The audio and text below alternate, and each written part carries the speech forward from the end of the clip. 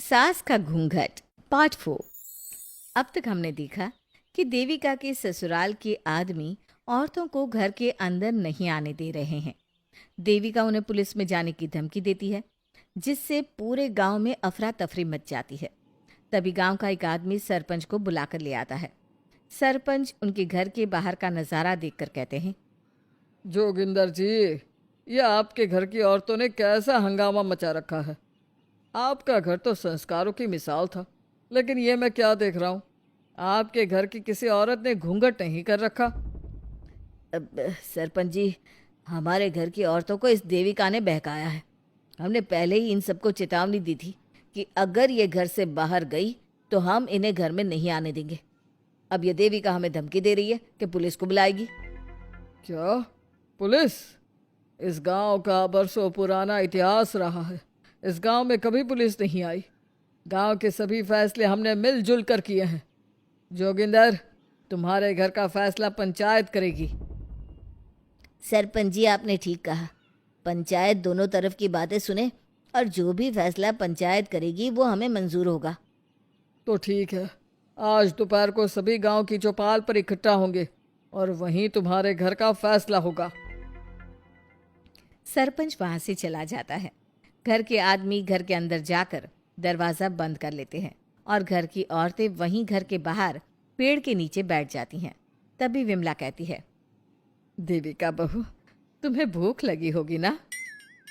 नहीं माँ जी, मुझे भूख नहीं लगी, मैं ठीक हूँ। बहू, तेरा बच्चा छोटा है अभी, तुझे भूखा नहीं रहना चाहिए। वीना, सुजाता, जाओ पास में जो पंडित जी का बाग है ना, वहाँ से कुछ फल तोड़ लाओ। वीना और सुजाता पास के बगीचे से खूब सारे फल तोड़ कर ले आती हैं। सभी औरतें फल खाती हैं। तभी देविका कहती है, आप सब घर से बाहर निकली, घूंघट उतार दिया तो इन मर्दों की इज्जत चली गई, लेकिन हम सब घर के बाहर भूखे प्यासे बैठे हैं। इस बात पर इन अहंकारी मर्दों को शर्म क्यों नहीं आ रही? हाँ देविका, तुम ठीक कह रही हो। अगर हम मर भी जाए ना, तब भी इन मर्दों के लिए इनके बनाए गए नियम कानून ही अहम रहेंगे, हम नहीं। सुजाता भाभी, मुझे तो सबसे ज़्यादा सचिन पर गुस्सा आ रहा है। उसने मुझसे लव मैरिज की थी, क्या क्या वादे किए थे कि मेरा साथ कभी नहीं छोड़ेगा, और आज उसने मेरा साथ छोड़ दिया। अपने बच्चे को एक बार भी नहीं देखा उसने। देवी का वो शुरू से ही ना डरपोक रहा है। लेकिन इन सारी बातों को छोड़ो, मुझे तो इस बात की चिंता हो रही है कि पंचायत में न जाने क्या फैसला होगा। पता नहीं वो इंसाफ करेंगे भी या नहीं। वीना दीदी, आपको अभी भी पंचायत से इंसाफ मिलने की उम्मीद है? अगर इस गांव की पंचायत में सच में इंसाफ करने की भावना होती तो सरपंच जी अभी हमें घर के अंदर जाने देते। देखा नहीं कितना जहर उगल कर गए हैं हमारे खिलाफ। तो बहू, अब हम क्या करेंगे? पंचायत तो हमारे खिलाफ ही फैसला सुनाएगी। पहले तो हम अपनी सारी बातें रखेंगे। अगर ये लोग नहीं माने तो आपको वही करना होगा जो मैं कहूँगी। लेकिन एक बात आप याद रखना, किसी भी सूरत में हम झुकेंगे नहीं, क्योंकि हम सही हैं। देविका सभी औरतों को समझा रही थी। तभी वहाँ एक गांव वाला आता है। आप सभी को पंचायत में बुलाया है। उस गांव वाले की बात सुनकर सभी औरतें पंचायत में पहुंचती हैं। वो देखती हैं कि उस पंचायत में सारा गांव इकट्ठा हो गया है। बहुत सारी औरतें लंबे लंबे घूंघट करके वहां आई हुई हैं। तभी पंचायत की कार्यवाही शुरू की गई और घर के आदमियों से पूछा गया कि वो घर की औरतों को घर में क्यों नहीं रखना चाहते। हमारे घर की औरतें ना तो घूंघट उतारती है और ना ही किसी डॉक्टर से इलाज करवाती है, और हमारे मना करने के बाद भी इन सब ने घर से बाहर कदम रखा, हमसे ऊंची आवाज में बात की। हमने इन सबको चेतावनी भी दी, लेकिन इन्होंने हमारी बात नहीं सुनी। अब ये सभी औरतें हमारे घर में नहीं रह सकती। अब औरतें अपना पक्ष रखें। ये कानून की किस किताब में लिखा है कि औरतों को घूंघट करना चाहिए? और अगर मेरे ससुराल की औरतें मुझे डॉक्टर के पास ना लेकर जाती तो ना मेरा बच्चा जिंदा बचता और ना ही मैं। लेकिन दाई अम्मा से हम इलाज करवा रहे थे ना। दाई अम्मा को कुछ समझ में नहीं आ रहा था। देविका का इलाज दाई अम्मा के बस की बात नहीं थी। काफी देर तक दोनों पक्षों में बहस चलती रही।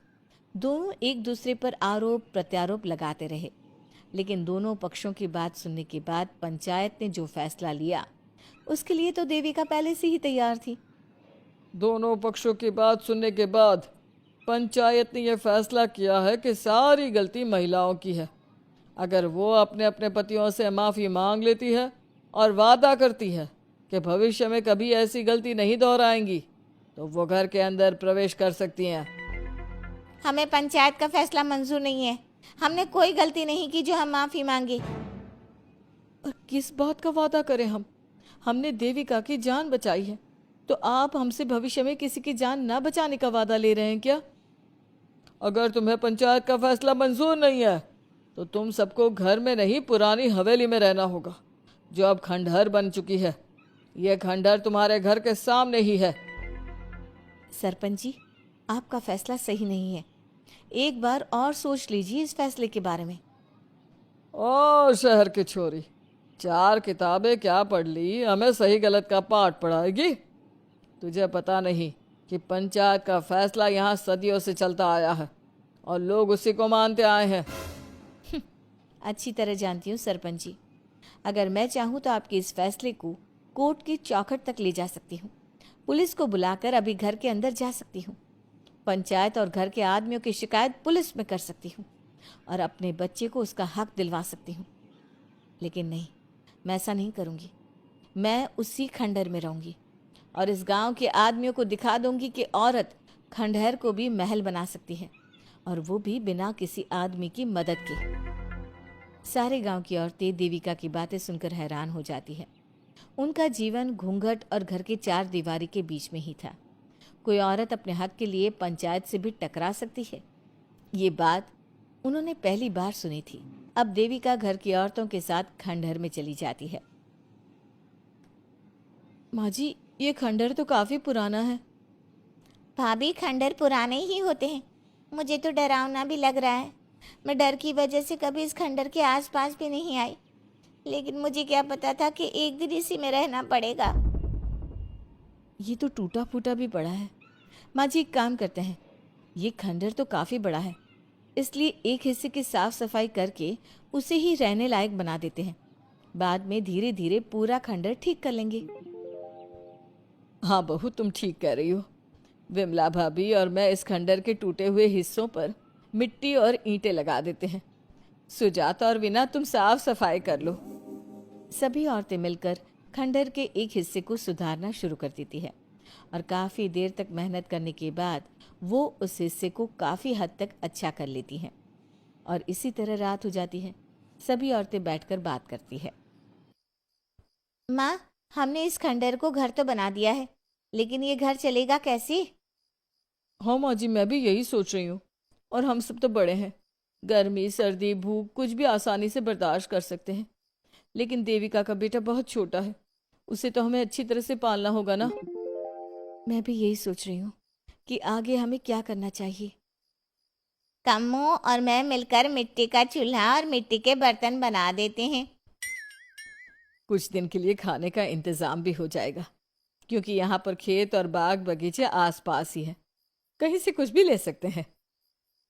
पहले आप मुझे ये बताइए कि आप सब लोगों को आता क्या है? मतलब कोई ऐसा काम जिसका आपको शौक हो, जो आपने बचपन से किया हो। बहू, तेरे दिमाग में चल क्या रहा है? माँ जी, बहुत कुछ चल रहा है। बस अब हमारा सारा ध्यान इस बात पर होना चाहिए कि हम अपने लिए अच्छे से अच्छा क्या काम कर सकते हैं। आप सब हिम्मत से और समझदारी से काम लो, फिर देखना हम इस खंडहर को भी महल बना देंगे। इसके लिए सबसे पहले हमें आत्मनिर्भर बनना होगा। देविका सभी को समझा रही थी, तभी उसका बेटा रोने लगा। उसने अपने बेटे को गोद में उठाया और उसे चुप कराने लगी।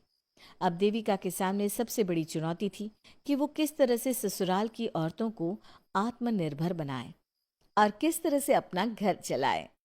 हमारे प्यारे दर्शकों, अब आप बताइए, देविका और घर की सभी औरतों ने अपने पतियों से माफी ना मांगकर सही किया या गलत? क्या उनका खंडहर में रहने का फैसला सही था? अब देविका को क्या कदम उठाना चाहिए, हमें कमेंट में जरूर बताना। हमारी कहानी को लाइक, शेयर और चैनल को सब्सक्राइब करना मत भूलना।